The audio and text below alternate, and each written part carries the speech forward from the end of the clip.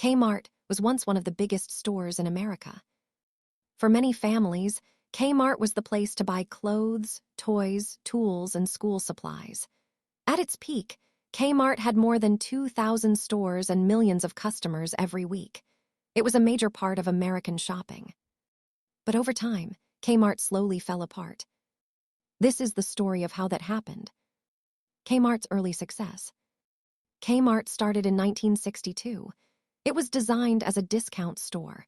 The idea was simple: sell everyday items at low prices in large stores.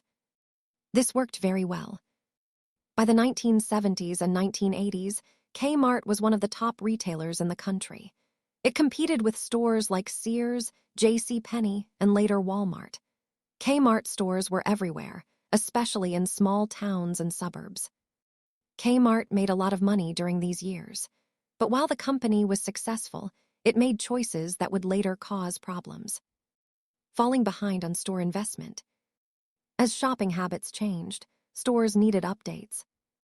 Newer competitors built bright, clean stores with better layouts and newer technology. Walmart invested heavily in logistics, inventory systems, and store improvements. Kmart did not. Many Kmart stores became outdated. Floors were worn, lighting was dim, shelves were messy, and checkout systems were old. Customers noticed the difference. Instead of investing heavily in stores and systems, Kmart often focused on cutting costs. This made stores cheaper to run in the short term, but worse to shop in over time. Shoppers began choosing competitors with better prices, better selection, and better shopping experiences. Competition changed retail. Retail changed quickly in the 1990s. Walmart mastered supply chains. This allowed Walmart to keep prices lower and shelves better stocked. Target focused on cleaner stores and better branding. Kmart struggled to keep up. Kmart's prices were often higher than Walmart. Its stores looked worse than Target. It was stuck in the middle, without a clear advantage. As customers slowly left, Kmart's sales began to fall. Debt started to grow. When sales fall, companies have less money to work with. To cover expenses, Kmart borrowed money. This increased the company's debt. Debt means you must make regular payments just to stay afloat. The more debt a company has, the less money it can spend on improvements. Kmart was now stuck in a loop. Sales were falling. Debt payments were rising. Less money was available to fix stores or improve operations. This made the business weaker every year. Poor inventory management. Another major problem was inventory. Many Kmart stores had empty shelves where popular items should have been. At the same time, they had too much of items people did not want. This happens when inventory systems are outdated or poorly managed.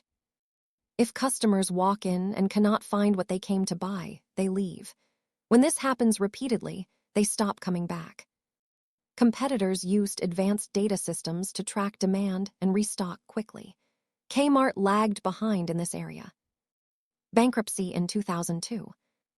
By the early 2000s, the problems were too big to ignore. In 2002, Kmart filed for bankruptcy.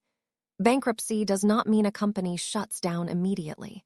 It means the company cannot pay its debts and needs legal protection to reorganize. During bankruptcy, Kmart closed hundreds of stores and cut jobs.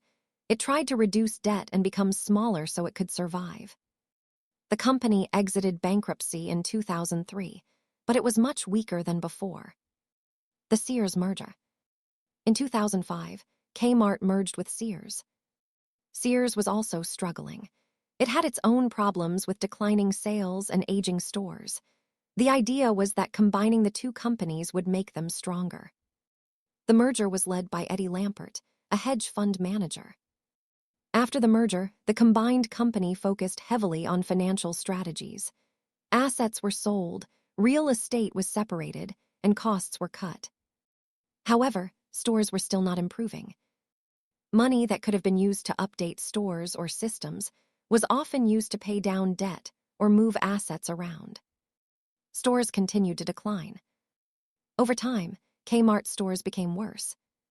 Many locations were understaffed. Shelves were disorganized. Maintenance was delayed. Some stores had broken equipment or closed sections. Customers noticed. Retail depends on trust.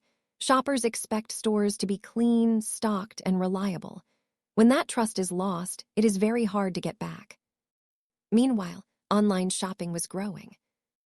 Amazon and other online retailers changed how people bought everyday items. Kmart did not adapt quickly or effectively to e-commerce. More closures and more debt pressure. As sales continued to drop, more stores closed. Each closure reduced revenue. With fewer stores, the company had even less money to work with. Debt remained a constant problem. Even as stores closed, the company still owed money from past borrowing. Without enough cash to invest, the business kept shrinking.